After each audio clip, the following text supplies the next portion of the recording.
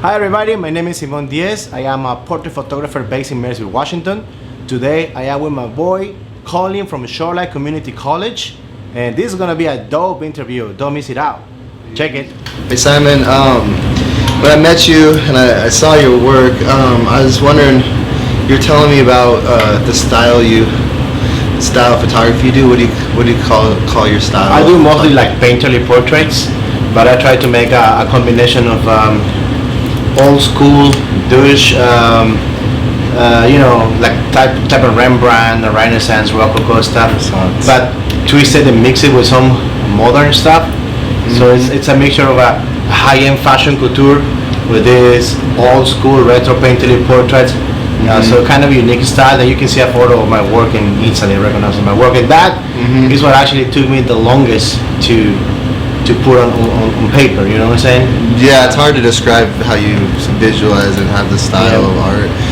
And it's super noticeable when I see your photos, and the detail is fine. And what do you think your best quality of your photography is?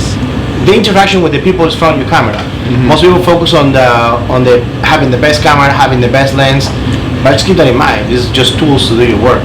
But if you want to have something that it pops on your side when you see it, you have to have nice interaction, a nice composition, a nice color combination. None of those come with the camera, you know. It just comes with the knowledge that it's right here. The hardest part to do photography is putting what is here on paper or in digital images. You know, and any camera you got it's gonna be a great tool to do that. Yeah, cool. I was wondering how you got started into photography, and like when you knew you were able to be professional and like take that role. When I started, actually, I sucked. Big time. Yeah. Like everybody, I used to work in a pawn shop and got my first camera. My boss told me, "Hey, you should buy this camera," and I was like, "I got my phone, I got a pocket camera. The thing I needed a camera." And she was, "I think you want to do something cool with this. You know, you're very creative, you're a graphic designer, so you want to do something." I remember paying $300 for my first camera. It was a Nikon D5200. It was kind of cool. I played with it. I was very frustrated because in my head it was, you take a click and the picture's gonna come up straight. I didn't know about editing, composition, lighting, posing, nothing at all. With time, my wife was telling me, "You know what? I think you're gonna like this, so we're gonna purchase this tutorial so you can start learning how to take pictures, with the depth of field and understand your camera setup and everything." So she gave me one video from this guy Jared Pauling from Photo on November 15, for Black Friday 15. And I watched the video and I was, okay, makes sense. So now I started saying, like, if I wanna put my subject on frame, it got my background or blurred, I know that I need to put my aperture to 1.8 or something like that. If I want to do like something really fast, I need to have my shutter speed really fast. So all that type of stuff that start making sense, right? Yeah. But it didn't click yet. It was kind of it's a tough language. Yeah. So this is way too much numbers. I'm way too busy. So I was focused on work. I put the camera in the back. We forgot about the camera for a couple of years, and when she was pregnant, we were looking for something to take a photo, and take the camera out, take a couple of pictures. It didn't come as the way I want. Camera back again. Actually, I was about to sell it. Yeah. She says, like, "No, you're going to take the photos. You're going to learn how to use this." So I started going to workshops and I started practicing YouTube tutorials. And at that time, bro, I was working at the pawn shop 6 days a week. I left the house 7:45 a.m. I was back here around like 9:15 p.m. Right. And I still had to be a dad. I had to be a husband. I had to spend time with my mom. I had to do some of the other course I need to do in the house, and then go to the TV, check the tutorials. Probably 3-4 in the morning. And my day off was actually packed, full of people coming to the studio, so I can start practicing. Yeah. And I started getting more knowledge and more tricks and more stuff that help my portfolio be who is right now, And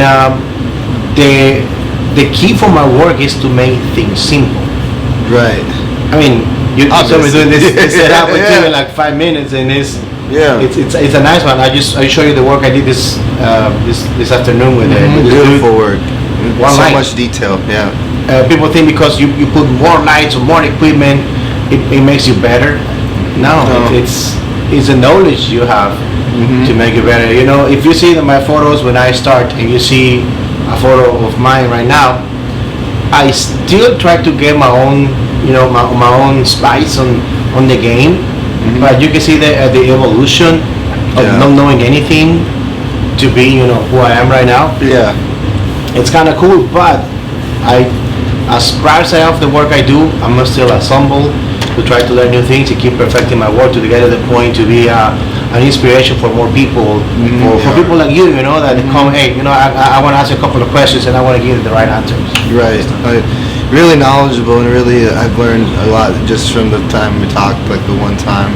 And I appreciate you showing me that it's just light, because I always want to get, like you said, use the better tools, but telling me to just focus on the one I got, it really helped me try to perfect using the camera I got now. Just keep in mind, a few years ago, let's put like 30 years ago, only level beats, just one camera and a 35mm lens, and she built a career out of that. She's the most knowledgeable photographer we ever know. Irving Penn, Albert Watson, all these big names. Yeah. They're just available now. One light, Mario Testino, one hard light, and they made this beautiful work. So I think we start complicated things because media is telling you that you need to buy more. Yeah. So you buy more, obviously you become better, but that's not the case. It's not. You could have all the tools and not know what to do with them. Yeah. I mean, okay. I'm a Nikon user. Right? Yeah. I got a D8500, which is a great camera. Great. I got Sigma lenses, awesome. But I could do the same job with a cheapest Canon camera, a cheapest lens, and a cheapest light, because I know what I want. Right? Most people say that, oh no, I need a better camera, I need a better lens. No, you don't. You just need to learn what you want to do, focus on what you want to do, honing exactly your niche of what you want to do, and start developing your own style around that. So you don't gamble in that stuff, because that's gonna be who's gonna define your career. Yeah. So I know, if you ask me, I can do any type of portraits, fashion, weddings, portfolio. But I name it, I can do it. Yeah. I decide not to, because I wanna focus on my painterly portraits, which is my style. That's your like what you do for yourself, and that's what you love, right? That's my niche here in Marysville, here in Washington.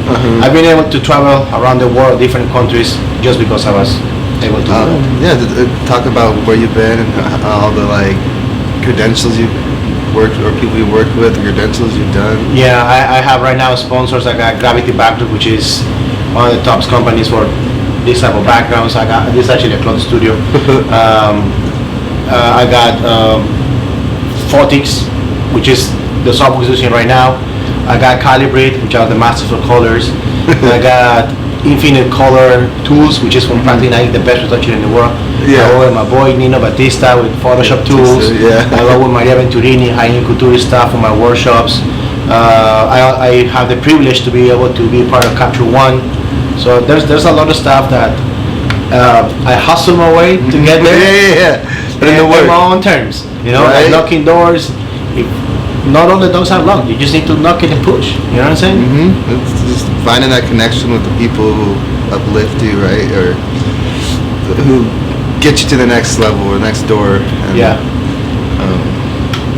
I was seeing if you had like any stories of like going out into the fashion world or going into like projects. Oh yeah, I got away. Going out of the best story I ever happened to me. It was on September in New York.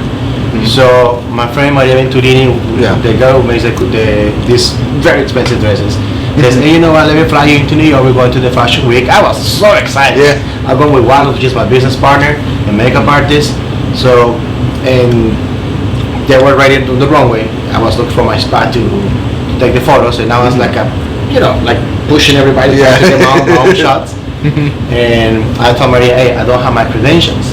Can you find me one, please? Because I don't have one. They were not a credential, so she says, I'm gonna find you one. So I was ready to shoot, and some girl touched my shoulder. Are you Simon Diez? In my head was, are they gonna kick me out? Or they're gonna give me my credentials? Right? One of the two. In my wildest dreams, I expect the answer she gave me, right? Says, hi, my name is Melissa, I'm from Mexico. I was like, hey, do you speak Spanish too? Yeah, I speak Spanish. So we start talking. It says like, hey, I'm a huge fan of your work. She pulled her phone, showed me a picture of one of my favorite pictures on her phone. I was like, damn. I was like, yeah, I just want to let you know that I follow your work. I'm watching your podcast, and you motivate me to leave Mexico and come here to the US to live my dream. Wow. I was like, damn. Yeah, it's We started talking for 5 minutes. The girl knows everything about me, and I was like, wow, wow. Says, hey, how's your family? I heard Sebastian was like, oh yeah. I know you want to go to Milano. so happy for you. I was like, yeah, I love your work. Look, and she had on her phone small folder, and she showed up in the like every single picture of my work was there. So I like, this is how you did this one, and I was like, I couldn't believe it, to be honest. It was like oh wow, huge compliment, but still huge responsibility because you know the world is watching. Now they know. And now you have to present yourself in a way that this new generation see you like hey, that guy is saying something that I value and I'm gonna put on practice. So you need to. I feel the pressure to say the right thing. Right. You know what I'm saying? Yeah, it's keep it that professional, but also you're like genuine. I am who I am. It's because I got a reputation doesn't mean I had to be this cocky, arrogant person. Be like, oh, I'm not gonna talk to you, dude. I mean, we all start with the camera. I mean, who knows? Probably in 5 years, I'm gonna be interviewing you. Yeah, that'd be awesome. I'd love that. Full circle. You never know. Yeah, I understand. It's keeping at it, keeping right, like going through, like keeping consistency and keep on like chasing it and not giving up. Keep the hustle up. I don't believe that you have to chase the dream. I believe that you have to put the hard work and get it. I mean, my wife can tell you, we sacrificed a lot of stuff to be, where we are right now. And sacrifice is not just, I'm gonna spend some money, I'm gonna get broke. It's time with the family. It's missing the parties and missing hanging out with friends because you have to do a shoot, you have to edit it, the hours of sleeping and everything. And it's a rough path that, especially now with COVID. Yeah. Because we were getting, we're going, and then boom, the work shut down. It's kind of, okay, we figure it out. So if we want to get same business, we have to figure out the way. So thank God we figured out the way. We're still in business.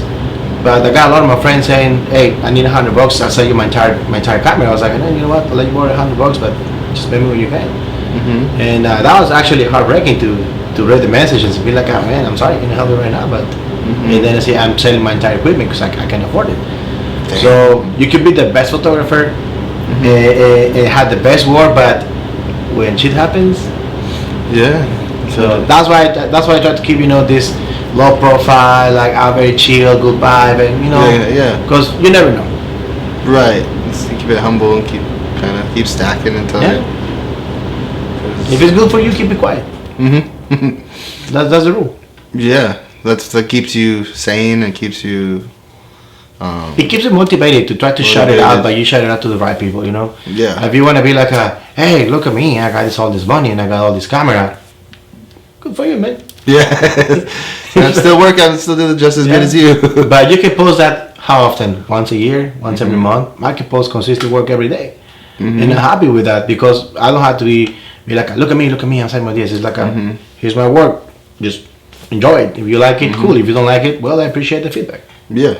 No, it makes sense. It's like I feel like you do what you do for yourself, and it makes you just even the better photographer or the photographer you are. And it's. I think that we never learn everything in photography. I'm still studying so many stuff. Last week, for example, I got a couple of friends coming here to try to do gel photography with colors. I suck, bro. That's not my cup of tea. So, but I'm still want to learn how to do it. Not because I want to sell it or I want to make money of it. It's because I want to have the knowledge of how to do it. Somebody comes to me like, hey, I would love to do this. I can be like, I can do that. Yeah.